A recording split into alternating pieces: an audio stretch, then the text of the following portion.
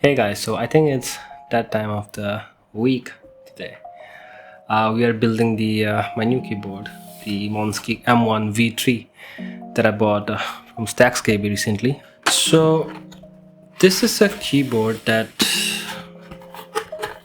I've wanted to buy for so long, but I don't know why I hated that side accent so much that I didn't really bother buying the version 1 and 2s of M1s. Now that they have the version 3, I really love their minimalist design.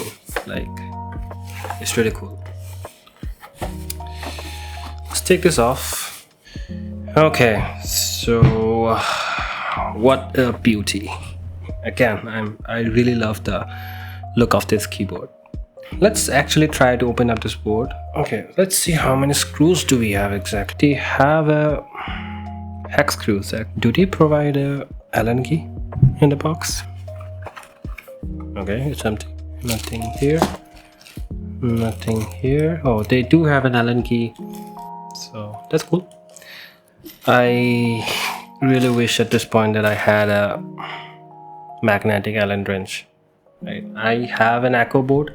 Like, it has the same design. I know how it's going to be right now. It's probably going to be some bloody long screws that I'm gonna have to pull out, and it's not going to come out because my Allen wrench is not magnetic. So see, if I take this out now, it's pretty damn long.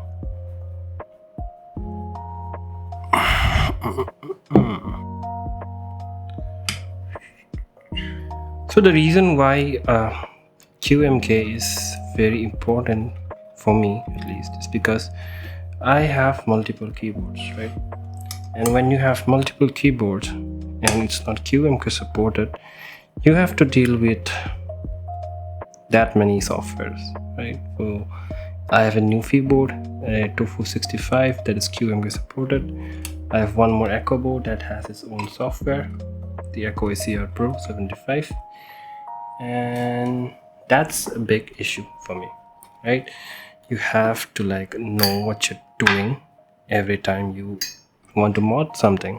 Like when you want to change a hotkey, when you want to put some macros or something, you have to go to the dock again because you're not used to it, because you constantly change keyboards and you're stuck. That is why QMK is very important for me, and it has more community support. So obviously it's always a plus point if your keyboard has QMK.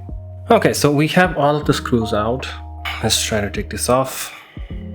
So we have the gaskets, and underneath you have some sort of foam. Let me take this off first, actually. Alright, so this is off. So we have a case foam at the bottom, and it seems to have some kind of plastic beneath. It's probably for the ESD to keep the PCB from touching the aluminum and get any kind of static, I guess. Okay, I can see one more thing. There is some kind of silicone foam. This is probably where they keep the batteries on their wireless versions, but since this is a wired version, I think we have this instead. Cool. Let's put this back. I will want to have this ESD plastic beneath, so that is fine. And then we have the underneath the PCB we have foam, again with a plastic. So I'm not really sure what this plastic is for, because we already have plastic underneath. So I'm not really sure if this is even required. I'm not sure if this is for the tape mod. I don't think you would do a tape mod, but this kind of tape, like, would you? No. I'm gonna keep it there as long as it doesn't block me from doing anything. I think it's fine. Okay, you know what? It's not really safe to be working on the PCB on this mat, so I'm gonna switch up a few things. Okay, so here we have your PCB. You already have the gasket socks, so try and open this because I want to replace the stabs, right? So let's keep it there. let's try and pull this out first. These are plate mounted, so pretty easy, right? I don't see any lube over here actually. Let's see. Oh, say they have a very, I'm not sure if you can see it in the camera, but they have a very tiny amount of lube over here. We are not going to use this anyway, so yep, we are done now. That's your lovely PCB. Okay, let's see what else we got. Not sure what this is for. PC foam. So put this aside for a bit. Let's prepare the steps. Let's work on them one by one. And this is not lubed, so we are going to like apply some lube now. So I have some dielectric grease from Permatex lying around.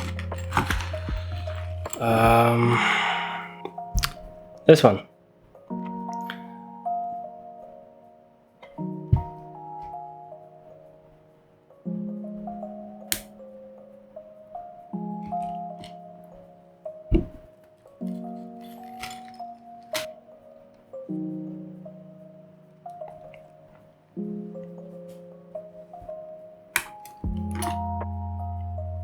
Prepare now for the final part. Let's put back the socks in.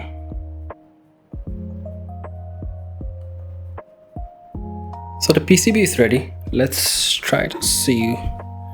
They had given us this tapes for the force brake, so I'll just try to use this.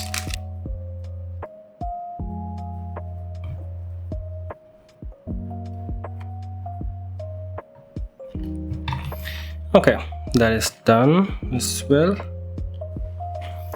Okay, this is in place. Now to put the case in.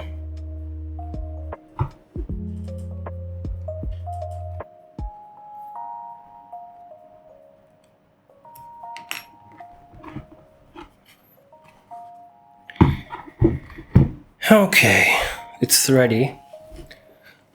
And for the switches, I'm going to be using these Akko CS Lavender switches. I got this long back. These are looped with Krytox 205.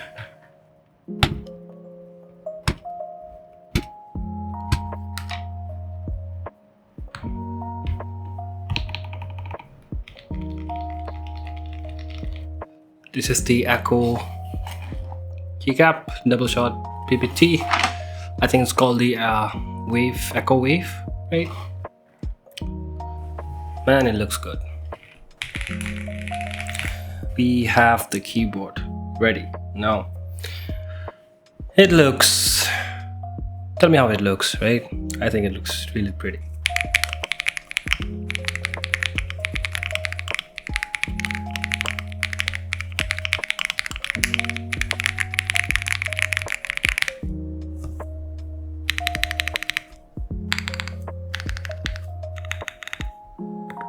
It's been a day already and I am loving this board.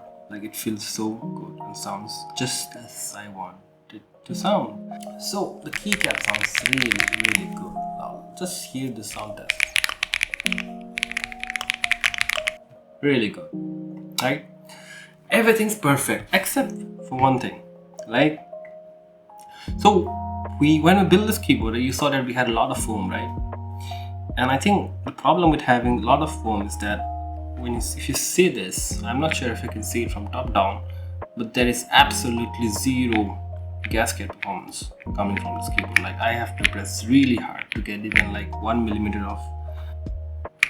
If you see my other keyboard, the Akko ACR Pro, this has a really pleasant gasket performance. I like my keyboard to have a little bit of flex, so what we're gonna do now is that we'll try removing some of the foam inside so that it gives us some breathing ground for the PCB to move around, and it should fix the issue. And that's really the benefit of having a custom keyboard, right? The only problem is that I don't really want to remove the keycaps or anything, so let's try it. without doing that exactly. I'll remove the knob and so what I'm gonna do, right? First things first, I'll remove this foam. Let's see how removing the case foam affects anything at all. We still have this little bit of foam left. We'll keep it there for the sake of it, and we'll try to. My ECR is really soft. This one is still a bit stiff. Okay, I like the gasket's performance better now because the foam is removed. But how will it sound? It sounds a bit more clacky now. What is it saying? I can feel it's a bit more high pitched than before. So the question is now, am I willing to live with this? Because I liked this sound before perfectly fine. And I got my gasket performance that I wanted. At least a bit of it.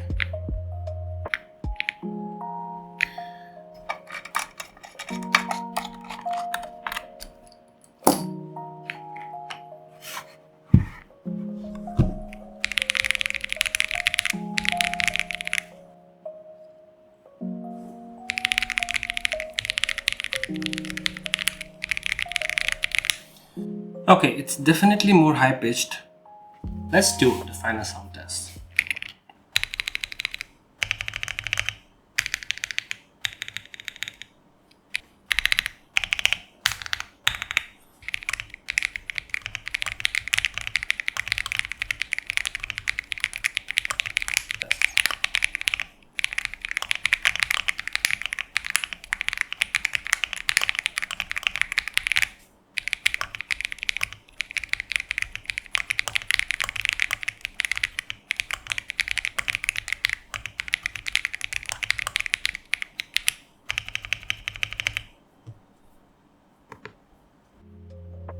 It is beautiful.